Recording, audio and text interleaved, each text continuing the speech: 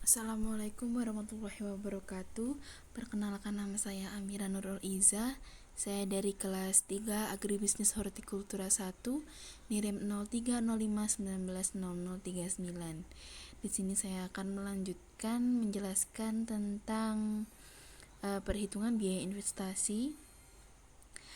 Pada biaya investasi, kita menambahkan poin nilai sisa. Nilai sisa adalah nilai di mana barang tersebut atau barang masing-masing item ini di pada akhir umur bisnis. Lalu kita lanjut ke sheet laba rugi. Pada sheet laba rugi ini terdapat penjualan. Penjualan ini saya asumsikan 120 juta rupiah dari kuantitas hasil panen dikali harga per satuannya. Jadi misal hasil panennya adalah 1 ton, maka dikalikan dengan harga per tonnya, seperti itu. Lalu kita lanjutkan ke nilai sisa. Nilai sisa ini ditaruh pada akhir umur bisnis atau nilainya akan sama dengan sheet yang diinvestasi. Lalu kita lanjut ke biaya variabel. Biaya variabel itu sama dengan penjumlahan dari sheet biaya variabel. Lalu ditarik garis ditarik ke kolom tahun kelima. Lalu ke biaya tetap. Biaya tetap adalah penjumlahan dari sheet biaya tetap dan ditarik lagi sampai tahun kelima. Lalu kita masuk ke laba kotor. Laba kotor adalah penjualan ditambah nilai sisa dan dikurangi biaya variabel, lalu dikurangi biaya tetap. Jadi rumus di sini adalah E7 plus E8 min E10 sama dengan E11, dan diketahui hasilnya adalah 72.642.083,33. Seperti itu. Lalu pajak. Diasumsikan pajak sebesar 15%. Rumusnya menggunakan logical test. Nah, di sini dapat diketahui bahwa rumus mencari pajak adalah menggunakan logical test. Jika laba kotor dikalikan dengan laba kotor, nilainya lebih dari 0 atau bernilai positif, maka dia nilainya adalah laba kotor dikalikan dengan pajak. Tapi jika dia nilainya negatif, maka nilainya adalah 0. Jadi rumusnya seperti ini, memakai if. Seperti itu. Lalu kita hitung laba setelah pajak. Laba setelah pajak sama dengan laba kotor dikurangi pajak. Seperti itu. Kita lanjut ke cash flow. Cash flow itu ada dua, yaitu inflow dan outflow. Di sini ada inflow-nya adalah penjualan dan outflow-nya adalah biaya investasi, biaya tetap, biaya variabel, dan pajak.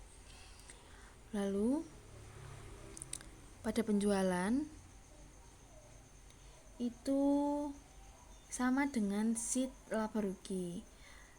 Lalu pada outflow-nya, ini biaya investasinya itu sama dengan sheet biaya investasi.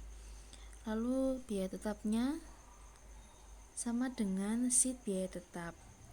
Biaya variabelnya sama dengan sheet laba rugi. Biaya pajaknya sama dengan sheet laba rugi juga. Kita lanjut ke net benefit. Cara menghitung net benefit adalah biaya penjualan, total penjualan, dikurangi penjumlahan dari biaya investasi sampai dengan pajak. Seperti itu, dan menghasilkan jumlah 53.855.770,83. Lalu kita tarik sampai tahun ke-6. Lalu kita masuk ke kriteria investasi. Kriteria investasi DF dengan asumsi DR 10% dengan satuan seperti itu dan waktunya adalah 10%. Nah, rumus untuk mencarinya adalah 1/1 plus SID 19 SID DSID 19 pangkat E5, atau dalam E5 di sini adalah tahun ke-1. Jadi dihasilkan 0,9 dan kita tarik garis ke tahun sampai tahun ke-5. Lalu kita masuk ke present value net benefit per tahun. Present value net benefit per tahun dapatkan dengan rumus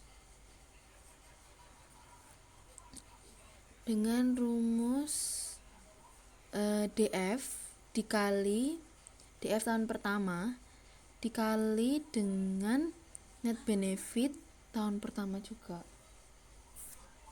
seperti itu, dan menghasilkan sejumlah 48.959.791,67 rupiah. Lalu kita lanjut lagi ke revenue present value. Di sini didapatkan revenue present value-nya didapatkan dengan rumus penjualan dikali dengan DF tahun pertama, yaitu menghasilkan present value-nya adalah 109.990.909,1. Lalu kita beralih ke cost present value. Cost present value didapatkan dengan rumus DF dikali dengan jumlah dari biaya investasi, biaya tetap, biaya variabel, dan pajak. Jadi di sini rumusnya adalah E19 dikali sum E11 sampai dengan E14 dan menghasilkan cost present value-nya adalah 601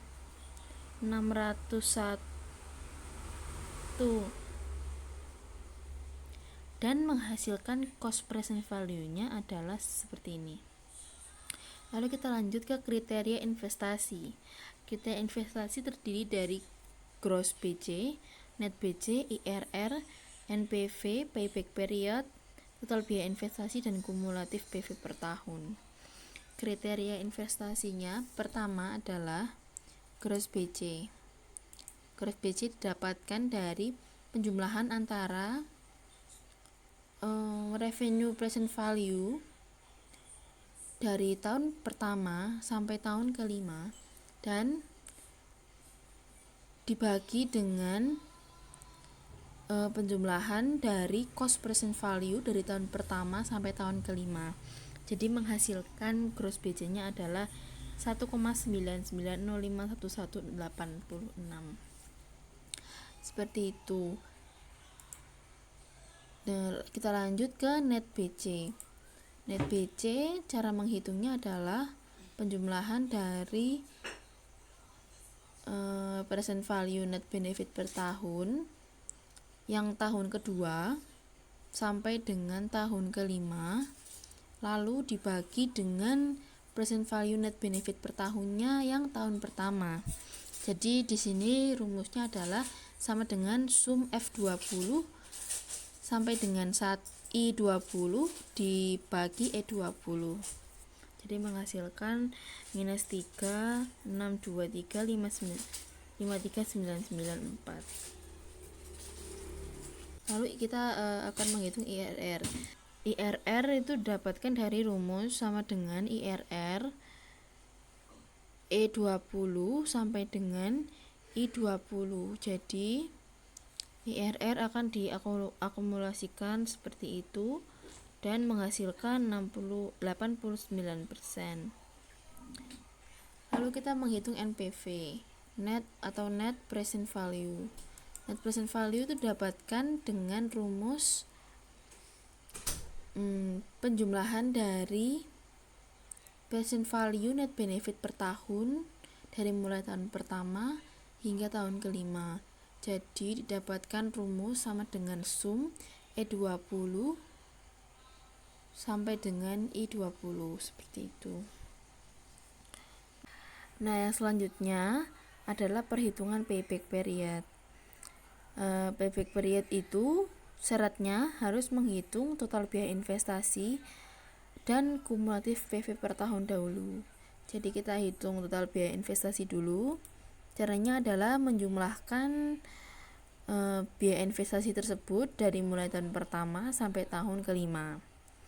Lalu kita menghitung kumulatif PV per tahun. Kumulatif PV per tahun itu dihitung yang tahun pertama itu adalah present value net benefit per tahun yang tahun pertama juga, jadi sama. Lalu yang tahun kedua adalah kumulatif PV per tahun pertama. Yang kedua, yang pada tahun kedua itu adalah present value net benefit per tahun yang tahun pertama ditambahkan dengan tahun kedua. Lalu yang pada tahun kedua itu ditarik kolom ke kolom sampai kolom J, kolom atau kolom ke-6, tahun ke-6. Seperti itu. Jadi ditemukan hasilnya seperti ini.